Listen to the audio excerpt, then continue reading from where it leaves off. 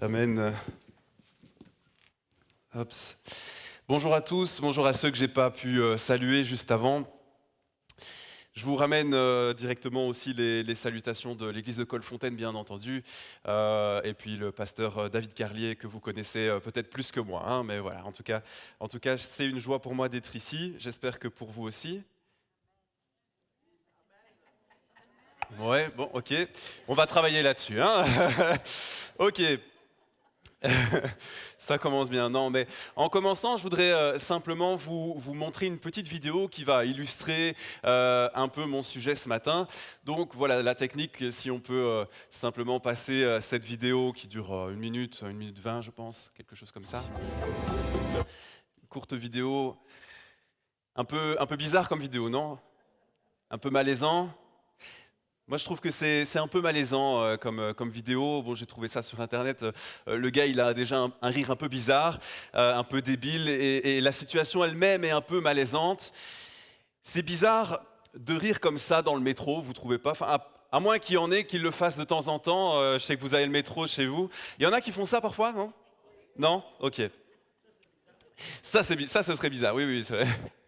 Non, c'est vraiment malaisant, mais pourtant cette vidéo, elle illustre parfaitement une vérité que nous vivons aujourd'hui en Europe et encore plus ici en Belgique, j'ai l'impression. Cette vérité, c'est que la joie est devenue quelque chose de bizarre et de malaisant. Peut-être que tu n'es pas d'accord avec moi, mais désolé, moi c'est ce que je vois et je vois aussi ça rentrer dans l'Église. Je te pose une question et réfléchis-y bien.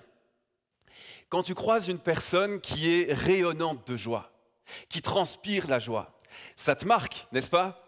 Ça va marquer ta journée, tu vas dire « Waouh, ça me donne envie d'être joyeux ». Ça te marque pour plusieurs raisons, mais une des raisons, si on est honnête, c'est parce que c'est rare. Est-ce que c'est pas rare de trouver des gens qui transpirent la joie aujourd'hui? C'est assez rare aujourd'hui de trouver des gens qui vivent et qui dégagent encore de la joie. Et une des raisons qui nous a poussés dans cette dimension, c'est parce que d'une certaine façon, la société dans laquelle nous vivons est devenue complètement cynique, anxieuse et pessimiste. Mais le pire, parce que pour moi, il y a encore pire que l'état de notre société, le pire, c'est qu'on aime cultiver ces émotions négatives. On aime cultiver ça, c'est à la mode. Aujourd'hui, plus t'es bizarre, plus t'es normal.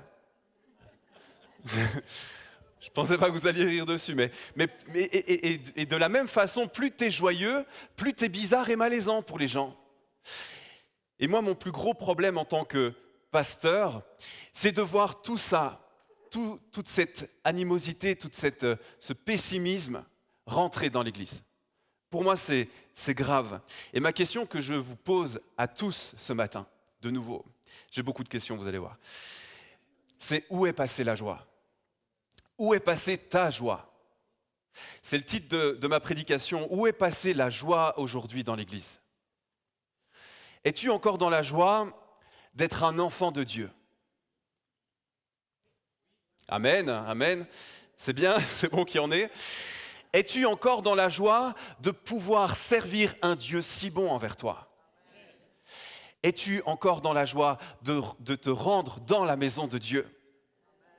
Alors visiblement pour une partie de ceux qui nous regardent en ligne, la réponse est peut-être non, parce que si tu avais encore vraiment une joie profonde de te rendre dans la maison de Dieu, tu serais physiquement là et ce peu importe les circonstances. Maintenant, il y a des circonstances qui font que la technique nous aide aujourd'hui à pouvoir joindre des gens qui sont malades, qui sont dans leur lit d'hôpital, peu importe, et ça c'est une bénédiction. Mais il faut faire attention à ne pas utiliser la technique pour ses propres fins et pour son propre confort. Mais je crois que si on faisait un sondage anonyme, là tout de suite maintenant, on ne va pas le faire parce que techniquement je ne sais pas comment on pourrait faire, mais beaucoup répondraient que la joie ne fait plus vraiment partie de leur quotidien, si on est honnête. Et en tant que chrétien, perdre sa joie veut dire de nombreuses choses. Des choses très importantes pour notre vie avec Christ. Perdre sa joie, c'est indescriptible. Et comprenez-moi bien, je ne suis pas en train de faire un constat pessimiste sur la situation, mais il faut qu'on soit vrai. Pour moi, il faut qu'on soit vrai les uns avec les autres, qu'on soit vrai sur nous-mêmes, si on veut avancer. Et mon désir, c'est que tous ensemble, nous puissions évoluer et grandir en maturité spirituelle. Amen. Amen. David Wilkerson, très connu, a dit ceci dans une pensée journalière. Il a dit « Le Saint-Esprit aspire à ce que le peuple de Dieu serve le Seigneur avec joie et allégresse. Comme le ciel doit être attristé de voir le désespoir et la tristesse s'abattre sur une multitude de croyants. » Le psalmiste a déclaré « Heureux le peuple dont l'Éternel est le Dieu. » Ésaïe dit « C'est avec joie que vous puiserez de l'eau aux sources du salut. » Le Saint-Esprit commence à me sensibiliser au fait de le servir avec joie et à quel point ce sujet est sérieux. Moi, je dis amen à ces paroles parce que je crois aussi qu'encore aujourd'hui, le Saint-Esprit veut nous ramener à valoriser la joie dans notre vie, à vivre la joie et à comprendre la joie comme étant une des qualités les plus importantes, les plus principales chez les chrétiens et la force qui vient bousculer notre vie et la vie des autres. Alors j'ai une bonne nouvelle pour toi qui m'écoute et qui n'arrive plus à retrouver la joie du Seigneur, la joie de Dieu. Dieu veut te ramener dans ses réjouissances et dans sa joie pour ta vie aujourd'hui. Amen. Amen. Vraiment, je le crois. Et j'aimerais qu'on regarde ensemble dans la parole de Dieu ce qu'elle nous apprend et ce qu'elle nous commande concernant la joie. On va prier ensemble avant de commencer. Ça vous va ? Vous pouvez prier avec moi. Hein. Seigneur, on veut s'attendre à toi encore ce matin. Jésus, tu es celui qui est mort pour nous et tu désires, Seigneur, nous donner une vie bien différente, une vie remplie de joie. Saint-Esprit, je te prie de parler à nos cœurs ce matin. Je te prie, Seigneur, que peut-être les cœurs soient ouverts là où ils sont fermés, que ce matin, là où il y a la tristesse, là où il y a vraiment le désespoir et vraiment aucune issue à certaines situations, tu puisses venir parler sur les cœurs et mettre ta joie dans chacun, Jésus. Vraiment, on veut s'attendre à ce que tu parles, Seigneur, vraiment. Amen. Amen.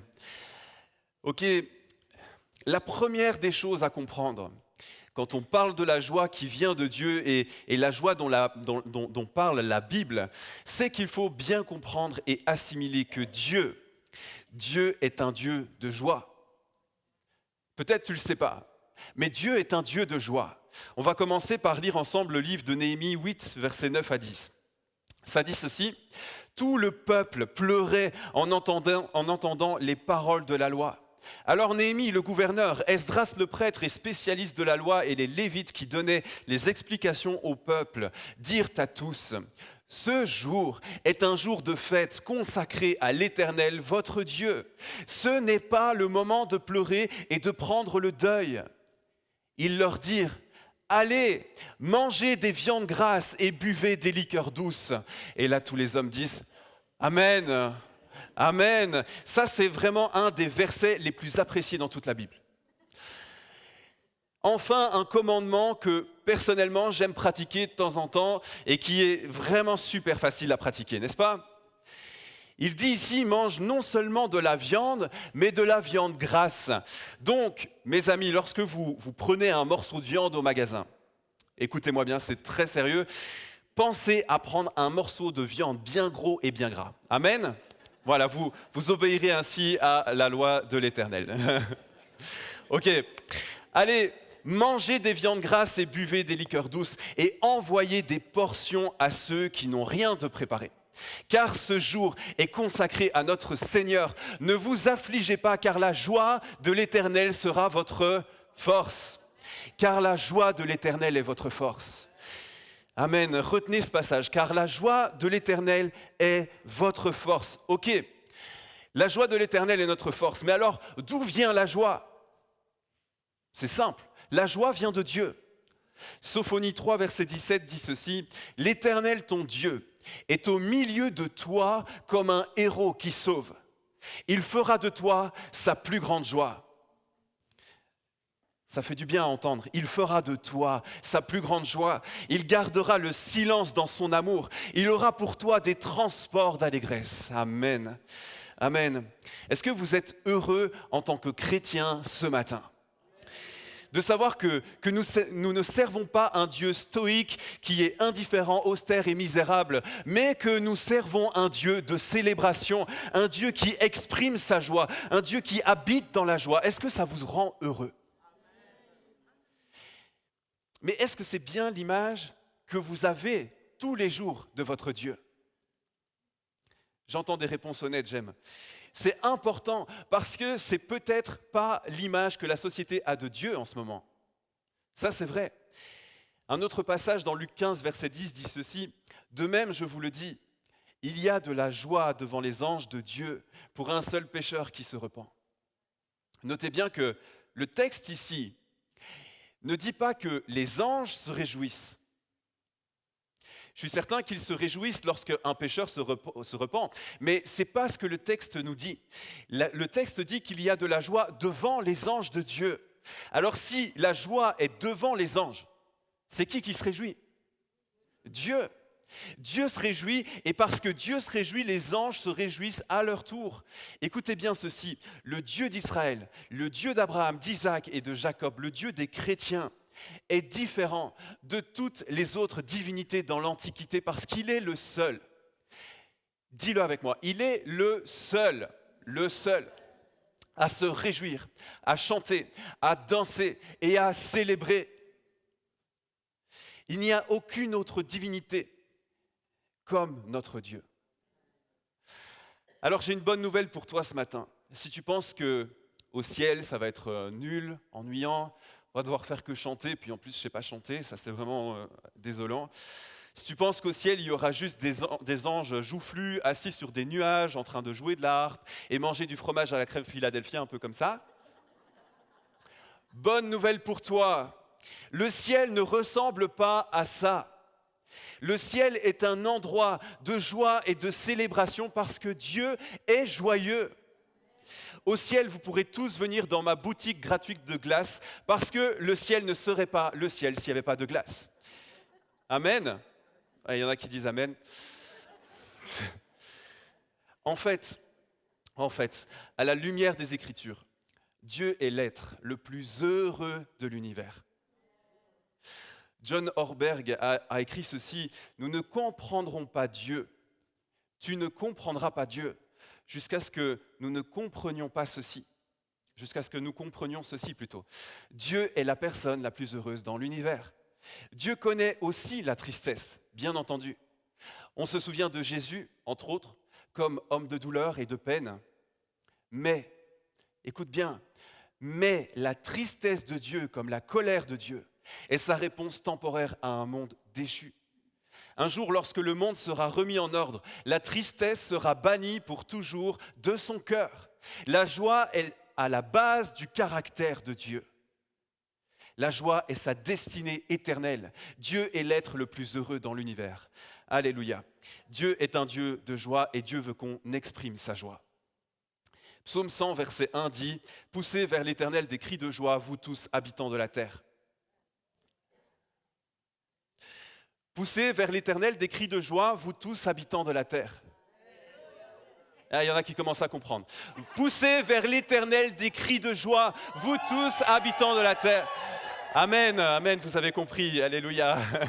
Dieu est un Dieu de joie et Dieu veut qu'on exprime sa joie dans l'Église, mais aussi dans notre vie de tous les jours. Mais le problème, c'est que certains chrétiens, sans jugement, certains chrétiens ont une joie tellement profonde et bien cachée dans leur petit cœur qu'on ne la trouve même plus. Oh, pasteur Julien, moi, la joie du Seigneur est dans mon cœur.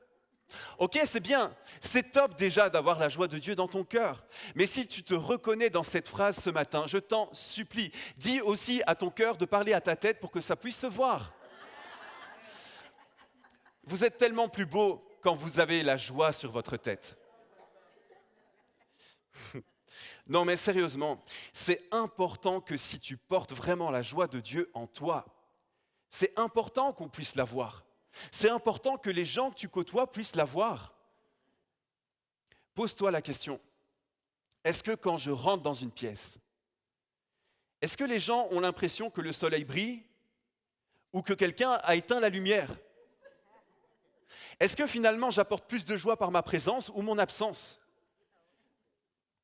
Mes amis, c'est capital comme question. Il faut pouvoir amener la joie de Dieu dans ce monde cynique. C'est un besoin pour cette société, j'en suis convaincu. Mais en fait, le problème, c'est qu'on ne comprend plus ce qu'est la vraie joie de Dieu et comment nous devons l'expérimenter, comment nous devons vivre dans la joie de Dieu au quotidien. Il y a plein de gens sur cette terre qui croient devoir choisir entre être heureux ou être spirituel. Parce qu'on a tellement de clichés qui nous poussent à croire que si nous voulons être spirituels, en fait, nous allons perdre notre joie. Nous n'allons pas être heureux.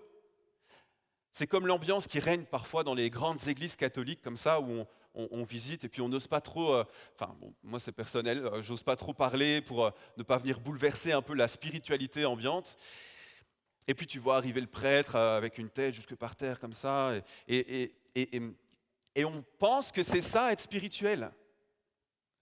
Parfois même dans nos églises, on pense que si les responsables sont parfois aussi austères et sans vie, c'est parce qu'ils sont spirituels.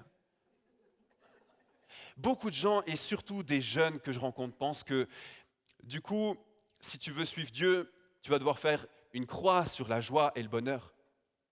C'est faux. Dis-le à ton voisin, c'est faux. Tu ne dois pas choisir entre être heureux ou être spirituel. Tu ne peux pas choisir entre être heureux ou être spirituel. Les deux vont de pair. Entre choisir la foi ou choisir le fun. Parce que, laissez-moi vous dire ceci, si votre foi tue tout le fun dans votre vie, c'est que vous n'avez peut-être pas la foi. Vous avez peut-être juste la religion. Le fun et la foi ne sont pas en opposition. Est-ce que vous avez remarqué comment aujourd'hui dans notre monde occidental, on va de plus en plus vers le cynisme? On nous pousse à ça. Est-ce que vous avez remarqué combien c'est à la mode de ne pas être heureux? Mais c'est vrai. Aujourd'hui, à la télé et presque partout dans le monde, c'est à la mode de ne pas être heureux. Regardez à cette émission qu'on appelle la Star Academy, par exemple, très, très actuelle pour le moment. Pour ne citer que cette émission-là, on y voit des gens qui sont complètement en crise identitaire, perdus au milieu de leur vie, bouleversés et meurtris par la vie. Bon, pas tous quand même, d'accord. Puis au milieu de tout ça, il y a des gens qui ont mis de côté finalement les difficultés de leur vie. Ils ont vécu des trucs atroces. Puis ils ont mis de côté leurs difficultés et ils ont choisi de vivre dans la joie malgré tout. Et devinez qui est-ce que les gens préfèrent comme personnalité? Les chialeurs, ceux qui pleurent tout le temps. Tout ça pourquoi? Parce que c'est pas à la mode d'être heureux en 2023. Et moi je veux condamner ça dans l'Église. Si t'es trop joyeux, c'est que tu es un fake. Pour traduction pour les personnes plus âgées, tu ne fais que jouer un rôle. Parce que c'est impossible que tu sois joyeux comme ça dans le monde dans lequel on vit. C'est ce que les gens vous diront. Non, si t'es pas bien, il faut que tu t'écoutes dans ton malheur. Il faut que tu cajoles ton malheur. Nous sommes en train de sombrer dans une société cynique. Et comme je le disais au début, mon plus gros problème, à moi, c'est que ce même cynisme est en train de s'installer chez beaucoup trop de croyants. On est devenu cynique à propos du zèle des nouveaux croyants. Pourquoi? Parce qu'en fait, on a perdu notre propre passion pour Dieu et leur zèle nous le révèle. On est devenu cynique à propos de la prière parce qu'on a arrêté de prier nous-mêmes. On est devenu cynique à propos des miracles parce qu'on ne s'attend même plus à en avoir en fait. Aujourd'hui, l'Église est en train de devenir cynique et c'est un cancer qui s'installe et qui ronge les églises. Vraiment. Alors mon cri ce matin, c'est de dire ceci. Il est grand temps pour l'Église de prendre ou plutôt de reprendre au sérieux la joie. Notre joie sera un témoignage pour ce monde qui n'a pas de joie. Notre joie sera le signe que Dieu habite au milieu de nous, que Dieu habite en nous. L'Église ne devrait jamais ressembler à des funérailles. Amen. Amen. Amen. Ça, c'est des cris de joie. Amen.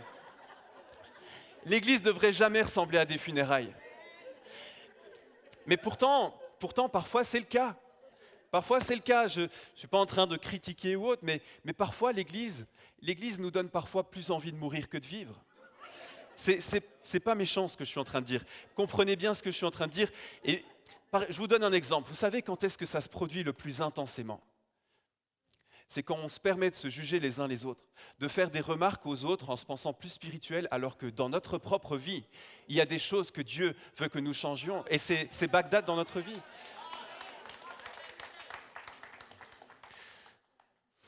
Mes amis,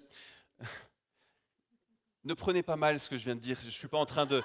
Non, mais je ne suis pas en train de critiquer l'Église, parce que j'aime l'Église. Mais je pense que nous devons aller plus loin, que nous devons retrouver cette joie, parce que c'est cette joie qui est notre force. Mes amis, selon moi, l'Église devrait ressembler au ciel. Et au ciel, il y a de la joie et il y a de la célébration. Au ciel, on n'aura pas peur de danser devant Dieu. Je crois que la joie est la cure contre le cancer, contre le cynisme. Je crois que la joie peut bouleverser nos vies de famille, peut bouleverser nos églises, peut bouleverser ta relation avec Dieu. Peut-être que tu n'arrives même plus à prier Dieu, mais est-ce que tu as encore la joie? Peut-être que c'est ça le problème. Tu as perdu ta joie. Est-ce que ça vous donne envie de vivre dans la joie de Dieu, de ce Dieu si bon envers nous? Amen. Ok, j'aimerais vous donner quelques principes pour pouvoir cultiver la joie dans votre vie. Ça vous dit? Ok. Premièrement, c'est prendre la joie au sérieux. Le texte de Néhémie nous dit que le peuple était dans le deuil et dans les pleurs. Et Esdras, le sacrificateur, leur a dit « Ne vous affligez pas. Ce n'est pas le moment de vous lamenter et de pleurer. » Là, ça passe bien, on est à l'église le dimanche, c'est la parole de Dieu qu'on respecte. Hein. Mais aujourd'hui, tu ne peux pas dire ça. Tu ne peux plus me dire ça. On pourrait te faire un procès si tu dis ça à quelqu'un aujourd'hui. Tu ne peux pas dire à quelqu'un qui est affligé, ne t'afflige pas.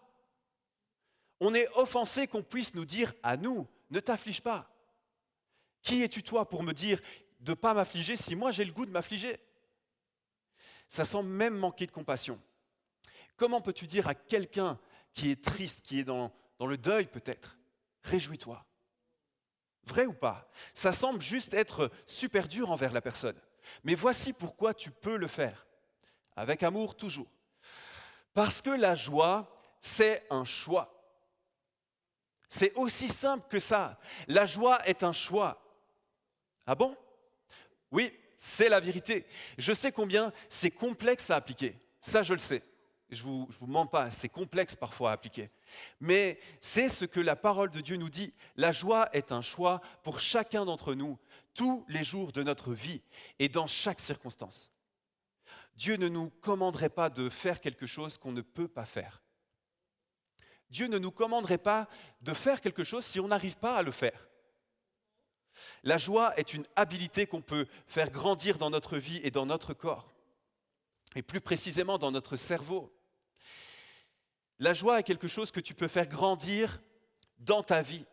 Scientifiquement, j'ai oublié de mettre la photo, donc je vais vous expliquer, mais scientifiquement, ils ont fait des études sur le comportement du cerveau d'une personne qui est, entre guillemets, normale et joyeuse, et une personne qui est dans une dépression. Et on voit que le cerveau est comme presque éteint. Ça veut dire quoi? Ça veut dire que tu peux apprendre à être heureux. Tu es peut-être dans la dépression, mais si tu apprends à connaître la joie de Dieu, la joie du Seigneur, alors tu peux choisir de vivre dans la joie, tu peux choisir la joie, et la joie peut grandir dans ta vie, tu peux apprendre à être heureux. C'est une bonne nouvelle, ça, non? Tu peux apprendre à être heureux. Mais il y en a qui se disent, non mais attends un peu, il y a des moments dans la vie où c'est complètement absurde de se réjouir. Si tu penses ça, laisse-moi te dire ceci. Si réjouir tout le temps est absurde, se réjouir tout le temps est absurde. Ça, c'est vrai. C'est vrai. Et ça me rappelle même une petite anecdote que je me suis toujours promis de partager dans une prédication. C'est une amie qui m'a raconté ça alors qu'elle allait à une convention spirituelle comme nos conventions d'église avec des amis et une dame de l'église.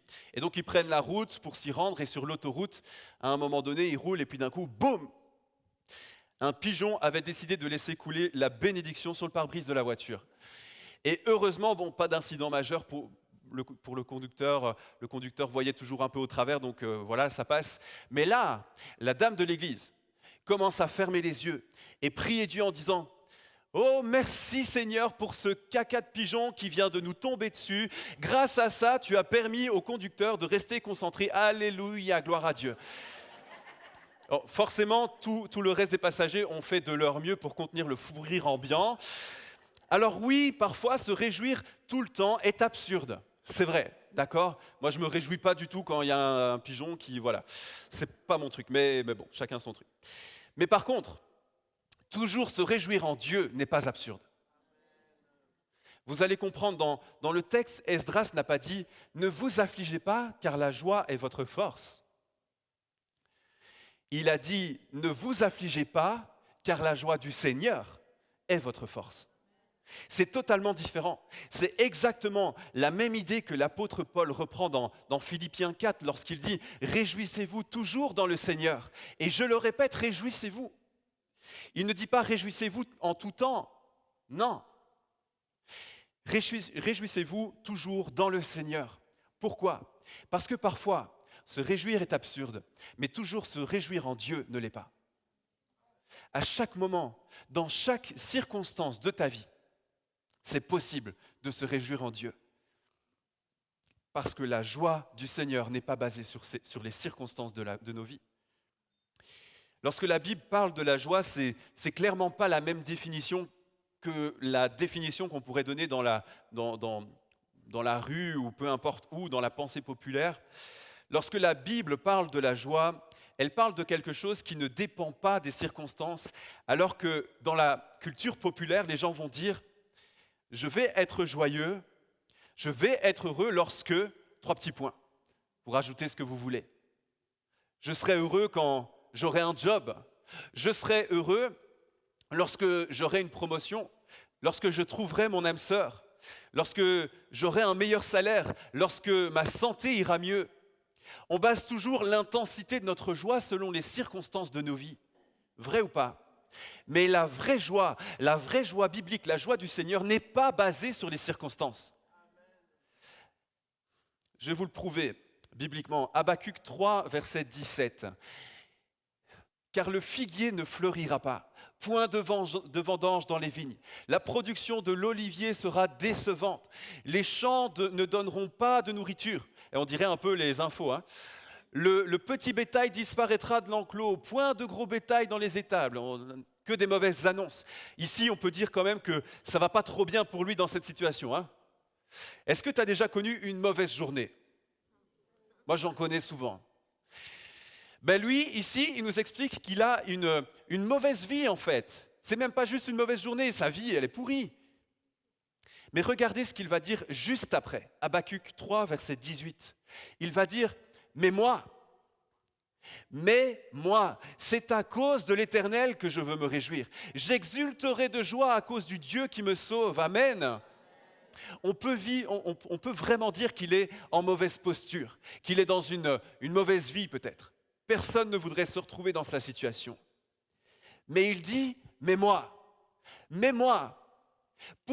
Pourquoi il dit mais moi? Pourquoi? Parce que tout le monde fait autre chose. Dans le monde actuel, tout le monde fait autrement. Parce que tout le monde pense autrement.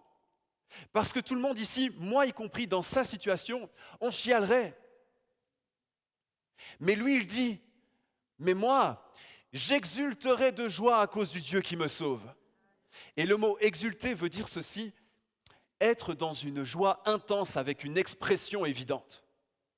Ça, en Belgique, une joie intense à la limite, mais une expression évidente, c'est compliqué.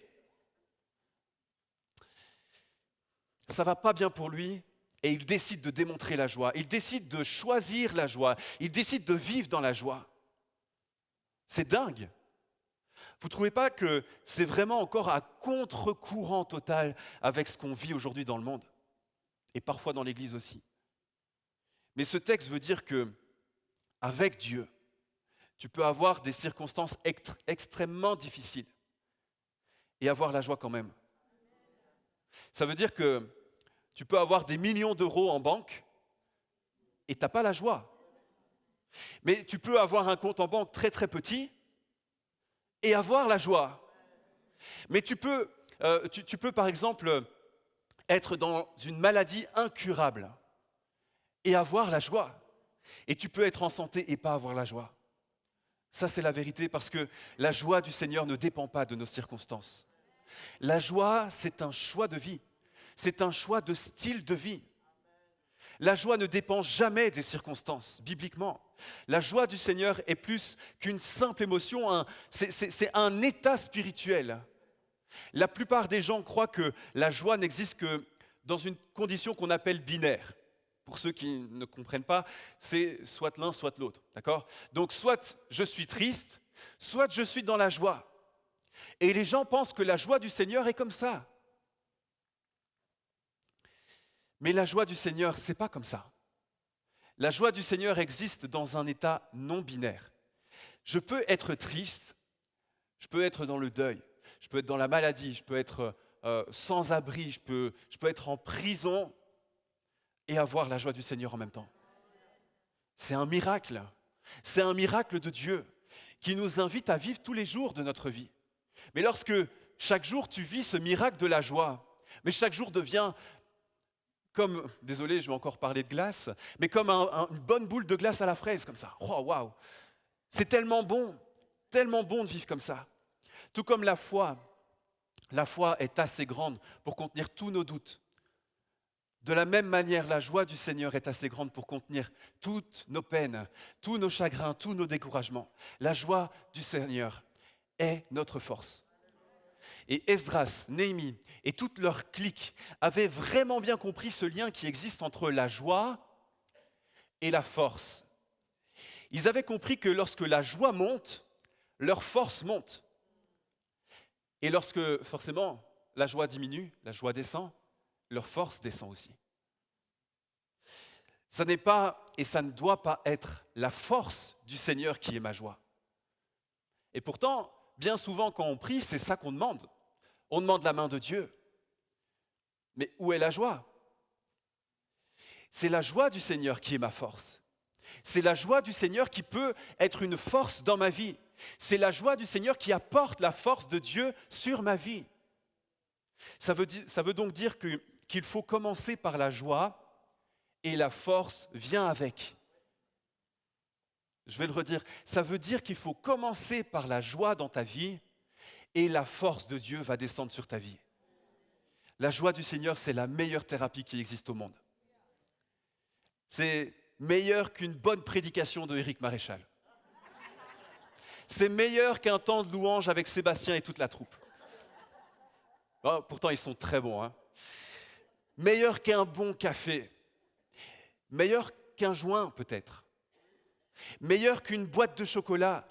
Meilleur que la victoire de la Belgique en Coupe du Monde en 2350. J'ai la foi. La joie du Seigneur est notre force. Et l'ennemi de ton âme, il le sait très bien ça. Ça veut dire qu'il fera tout ce qu'il peut pour te voler ta joie dans toutes les situations de ta vie et à chaque instant de ta vie. Parce qu'il sait que s'il te vole ta joie, il te volera ta force en même temps. Donc il fera tout pour essayer de remplir tes pensées avec toutes tes pensées, pour être frustré, pour être jaloux, pour être amer, pour être découragé, pour t'amener à te comparer avec les autres. L'ennemi va t'amener à minimiser les bénédictions dans ta vie et à augmenter tes malheurs. Ce que tu auras devant tes yeux, ce sont tes malheurs, alors que tu as plein de bénédictions à côté. L'ennemi veut que tu aies un focus sur les mauvaises choses dans ta vie, plutôt que sur les bonnes. Il veut t'amener à regarder à ce que tu n'as plus, plutôt qu'à ce que tu as. Il amènera toutes ces tactiques contre toi pour t'amener à être colérique, pour t'apitoyer sur toi-même, pour être triste, pour être dans l'ingratitude. Tellement de fois ça m'est arrivé, tellement de fois. Et quand l'ennemi fait ça, et que tu crois en ce qu'il te dit, lorsque tu cèdes, petit à petit, ils volent ta joie et tu te retrouves petit à petit sans force. C'est pour ça qu'il faut qu'aujourd'hui, nous prenions la joie du Seigneur au sérieux, dans l'Église et dans ta vie. Deuxième élément pour cultiver la joie dans ta vie, c'est de prendre l'obéissance au sérieux. C'est moins populaire, hein? Prendre l'obéissance au sérieux. Néhémie 8, verset 12. Alors tous allèrent manger et boire, faire porter des parts aux pauvres et organiser de grandes réjouissances, car ils avaient bien compris les paroles qu'on leur avait enseignées. Au verset 14, il dit « Ils trouvèrent écrit dans cette loi que l'Éternel avait donnée aux Israélites par l'intermédiaire de Moïse, que les Israélites devaient habiter des cabanes pendant la durée de la fête du 7e mois. » Et au verset 17, il dit « Et ils se livrèrent à de grandes réjouissances. » Il y a juste deux choses que je voudrais souligner dans ce texte, parce que je prêche déjà depuis un moment. Premièrement, ils ont compris la parole de Dieu. Et deuxièmement, ils ont obéi à la parole de Dieu. Ils ont compris et ils ont obéi. Comprendre la parole de Dieu et obéir à la parole de Dieu, ce sont deux choses essentielles pour expérimenter la joie dans ton quotidien. Il faut d'abord que tu comprennes la parole, quand même. Il faut passer par là, il faut que tu comprennes la parole. Et je t'invite, lorsque tu prends ta parole, peut-être que tu as du mal à lire la Bible. Ok. Déjà, il faut trouver parfois la version aussi sur laquelle on est plus, on a un meilleur feeling. Mais quand tu prends un temps avec Dieu, que tu ouvres ta Bible, tu ne sais même pas par où commencer, d'abord tu pries. Tu demandes au Saint-Esprit de te parler. Tu demandes au Saint-Esprit d'ouvrir tes yeux sur des vérités bibliques. Amen. Et tu vas commencer à comprendre la parole de Dieu. Je crois que ça n'est pas possible pour un croyant d'habiter dans la joie si on ne nourrit pas notre âme régulièrement avec la parole de Dieu. Ouais, c'est moins populaire. Hein. C'est de comprendre la parole de Dieu qui nourrit ton âme et qui va nourrir ta joie. Parce que les paroles de Dieu sont des paroles de vie. Amen, c'était un bon moment pour dire amen. Mais le problème, le plus gros problème des croyants aujourd'hui, c'est pas seulement d'arriver à comprendre la parole de Dieu, c'est déjà quelque chose en soi. Mais c'est pas encore presque le plus important. C'est important, mais ce n'est pas encore le plus important. Comprendre la parole de Dieu, c'est indispensable. Mais ce n'est pas encore ce qui te donne et ce qui cultivera une joie puissante dans ta vie. Ce n'est pas encore ça. Ça ne te donnera qu'une une petite joie de surface, j'ai envie de dire. Tu vois, une joie. Je l'ai fait. C'est bon, mais ce n'est pas encore assez profond. Voici ce qui peut, par contre, te donner une joie profonde et surnaturelle. Obéis à la parole.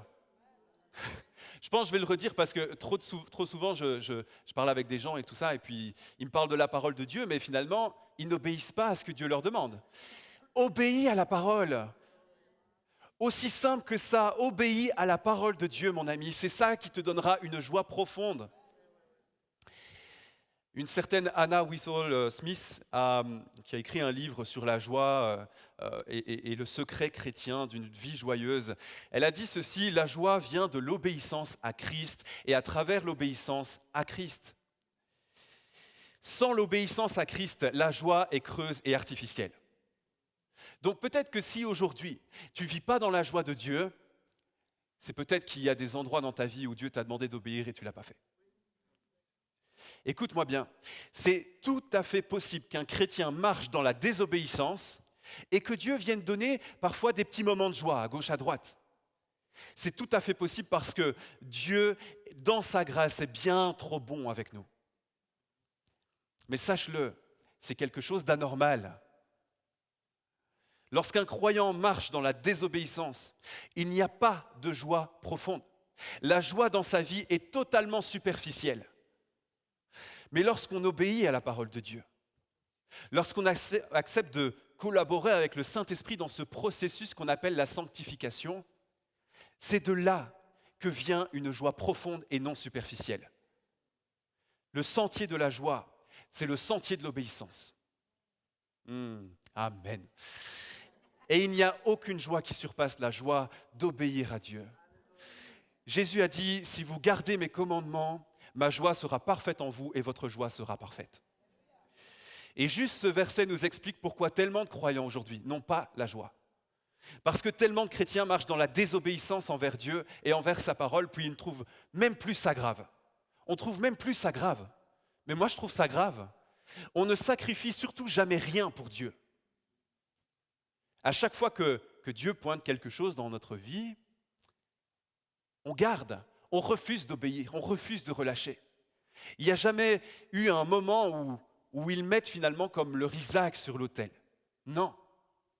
C'est toujours je garde, je garde, je garde.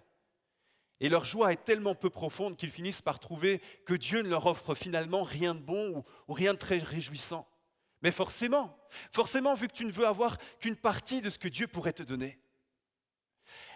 Il y a peut-être des gens ici ce matin où vous le savez très bien que Dieu vous demande de lui obéir. Parce qu'on ne peut pas mentir, on le sait. De donner ou de relâcher quelque chose et vous résistez. Vous vous mentez à vous-même en vous disant « mais non, c'est pas vrai. Moi, je crois que ça, c'est bon pour moi. Je ne crois pas que ce soit si mauvais pour moi. » Peut-être que c'est une relation qui n'est pas la volonté de Dieu. Dieu t'a déjà parlé, mais tu as fait la sourde oreille. Une sexualité qui n'est pas alignée avec les Écritures. Quelque chose que vous regardez, quelque chose que vous dites, quelque chose que vous faites, un endroit peut-être où vous allez. Peu importe, mais est-ce qu'il y a quelque chose dans ta vie où tu résistes à Dieu? Parce que si c'est le cas, ne t'attends pas à être dans la joie si tu résistes au Saint-Esprit parce que la joie fait partie du fruit de l'Esprit en toi. Et lorsque tu marches dans la désobéissance, tu attristes le Saint-Esprit, on est d'accord? Et si l'Esprit de Dieu qui est en toi est attristé, mais dis-moi, mais comment pourrais-tu être dans la joie? Je me prêche à moi-même ce matin, d'accord? Il faut prendre l'obéissance au sérieux, vraiment. Je voudrais dire à quelqu'un ici ce matin qui est dans cette saison où ce que Dieu te demande clairement de mettre ton Isaac sur l'autel et puis tu hésites, j'aimerais te dire ceci. À partir du moment où tu plies le genou devant Dieu, à partir du moment où tu diras « Seigneur, ça me coûte de faire ça. J'ai vraiment aucune envie profonde de le faire.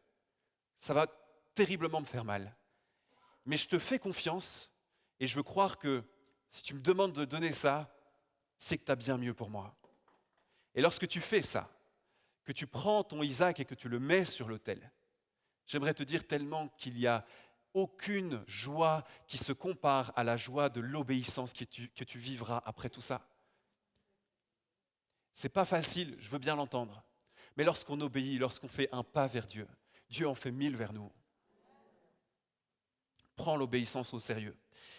Rapidement, je prêche depuis longtemps. Rapidement, donc un troisième élément, un dernier, d'accord, pour cultiver la joie dans ta vie. Prendre la louange au sérieux.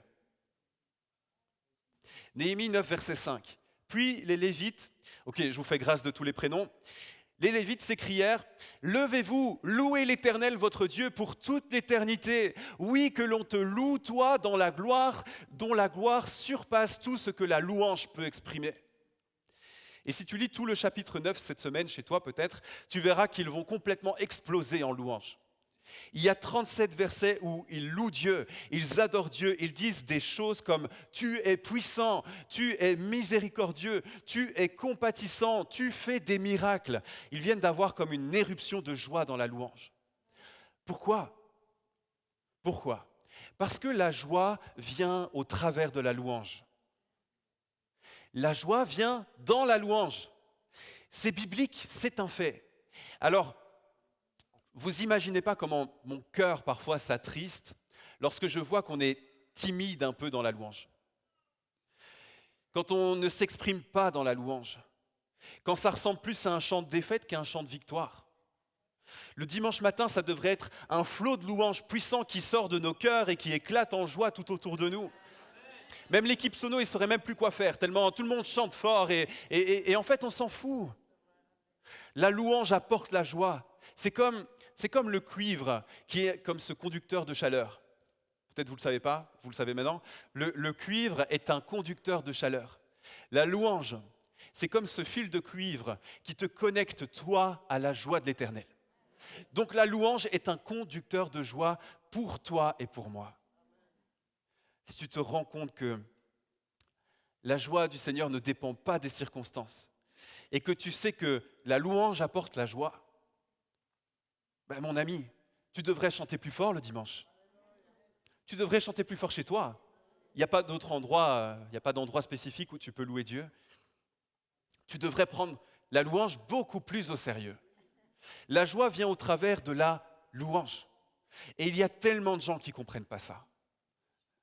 Dans tellement d'églises, et même parfois dans nos propres vies, on se laisse attrister, on se laisse prendre par nos émotions, par nos circonstances de vie. Et on ne comprend pas que la louange est ce conducteur de joie.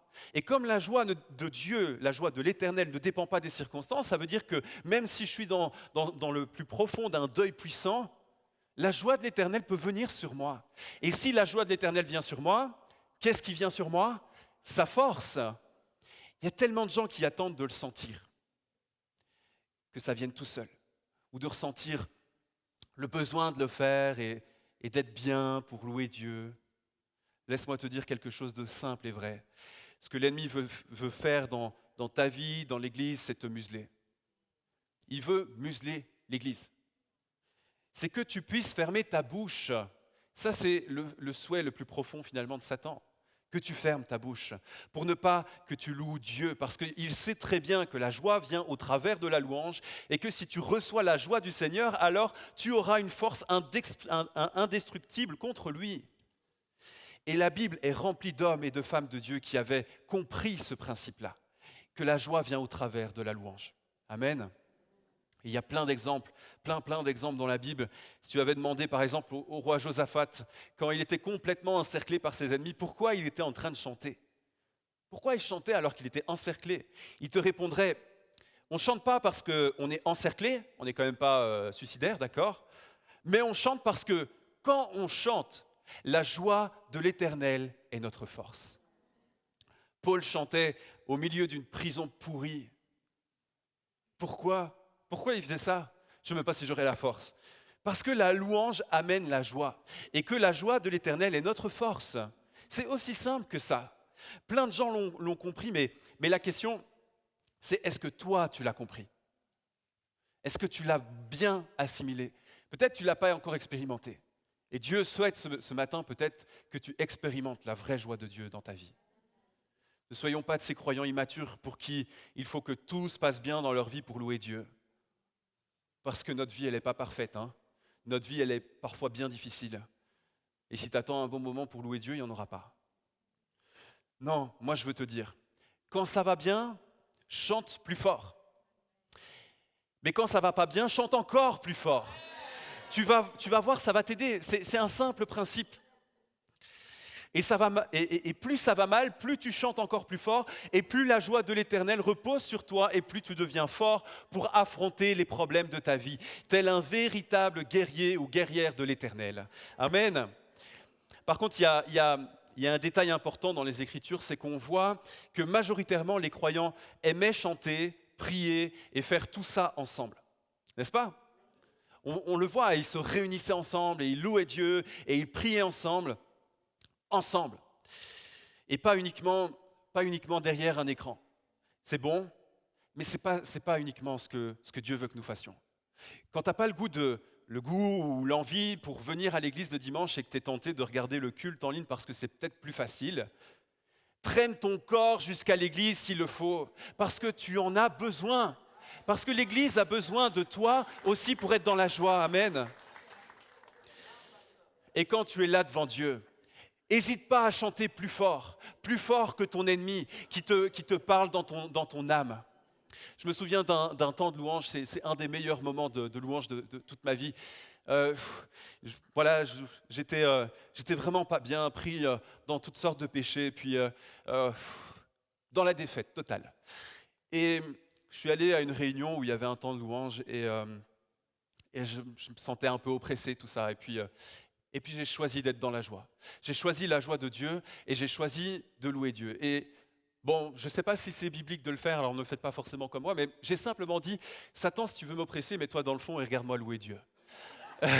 Voilà, je ne suis pas certain de mon... Voilà. Mais en tout cas, ce jour-là, mes amis, j'ai vécu une louange. Mes amis, on était par terre en langue, tellement Dieu était présent, tellement Dieu m'a visité. Et après ce moment-là, Dieu m'a rempli d'une force que je ne veux plus qu'il me quitte. Amen. Je voudrais encore parler longtemps, mais je vois le temps qui passe. Je vais simplement rappeler l'équipe louange, le groupe de louange, et je vais conclure cette prédication. On va chanter juste après ce chant qui proclame que la joie du Seigneur est ma force. Mais je voudrais terminer en vous donnant la raison qui fait qu'on peut toujours se réjouir, tout le temps. Psaume 118, verset 24, vous connaissez? C'est dans la Bible. Il dit ceci, « Voici le jour que l'Éternel a fait, qu'il soit pour nous un sujet d'allégresse et de joie. » Amen. Ça, c'est un texte qu'on utilise parfois dans notre vie quotidienne, et c'est souvent utilisé pour parler de ce jour comme étant aujourd'hui. On pense, on dit c'est aujourd'hui que Dieu nous donne la joie, tout ça. Et c'est vrai, tous les jours, on peut se réjouir. Et quand c'est facile de se réjouir, alors on n'a pas de problème à utiliser ce passage de la Bible. Mais lorsque la joie est plus difficile à atteindre, ce passage, note-le bien, fais une photo, fais ce que tu veux, note-le bien, ce passage peut devenir un rempart de joie pour ta vie. En fait, quand on étudie un peu le contexte de ce psaume, on comprend très rapidement qu'il s'agit d'un psaume messianique annonçant l'arrivée du jour. Est-ce qu'on peut passer la diapo suivante? C'est de ce jour qu'il est en train de parler, où Dieu allait envoyer le Messie pour nous sauver. Et pour les Israélites, la foi qu'ils plaçaient dans ce jour les remplissait d'une joie abondante. Et ils ne l'avaient même pas vu. Alors moi, ce que je me dis, c'est que si les Israélites qui n'ont pas connu ce que nous connaissons aujourd'hui, c'est-à-dire Jésus-Christ, si eux ne le connaissaient pas encore et qui se réjouissaient au travers de ça, à combien plus forte raison nous, aujourd'hui dans l'Église, nous devons nous réjouir et trouver de la joie dans ce passage, que Jésus est véritablement venu sur terre pour mourir sur cette croix pour toi. Ça vous remplit de joie ? De savoir que vous êtes sauvés d'un Dieu si bon. Il a envoyé son Fils pour mourir sur la croix pour ta vie. Il t'a racheté des ténèbres. Aujourd'hui, tu es un enfant de Dieu, tu es appelé un saint. C'est miraculeux. On va terminer simplement, je voudrais terminer en priant pour vous. Est-ce qu'on peut se lever ? Et puis on va terminer dans la célébration. Je veux vous entendre, hein ? On n'a pas peur de louer Dieu dans ce lieu. Amen. Je voudrais terminer en priant simplement. Peut-être qu'il y en a plusieurs qui ont perdu peut-être cette joie. Ils l'ont trouvée quand ils ont trouvé Dieu et puis ils l'ont perdue avec le temps. Peut-être que certains, vous êtes simplement perdus dans votre vie avec Dieu. Je voudrais simplement qu'on prenne un temps de prière et que chacun puisse peut-être simplement fermer les yeux. Et si tu souhaites recevoir la joie de Dieu, si tu souhaites revivre dans cette pleine joie de Dieu, simplement place ta main sur ton cœur comme un signe de foi et d'attente vers Dieu. Seigneur, notre vie, elle est bien parfois imparfaite. Notre vie, elle est bien souvent difficile. On vit des choses difficiles et tu le sais. Tu es aussi passé par là. Mais Seigneur, parfois, on se laisse voler notre joie, on se laisse aller, on se laisse finalement influencé par Satan plutôt que par ta parole. Seigneur, on veut pas commencer à être pessimiste non plus, c'est un constat qu'on fait. Mais avec le message de ce matin, avec ce que tu nous as partagé, avec, Seigneur, tous ces passages qui nous montrent que la joie est notre force. Seigneur, il y a plusieurs personnes dans ce lieu qui souhaitent, dont moi, qui souhaitent, Seigneur, recevoir encore cette joie pour être des chrétiens victorieux. Victorieux sur toutes choses, sur des addictions, sur des situations de maladie, peu importe. Jésus, tu connais toutes les situations. Mais Saint-Esprit, ce matin, je te prie de visiter l'Église par une onction de joie. Que ce lieu soit toujours marqué par ta joie. La joie d'être enfant de Dieu. La joie de pouvoir s'approcher de toi librement. Et ce même lorsque nous tombons, lorsque nous échouons à être ces chrétiens que nous souhaitons être. Tu nous accueilles les bras grands ouverts, puis tu nous laves. Seigneur, quelle grâce de te connaître, quelle grâce de vivre avec toi au quotidien.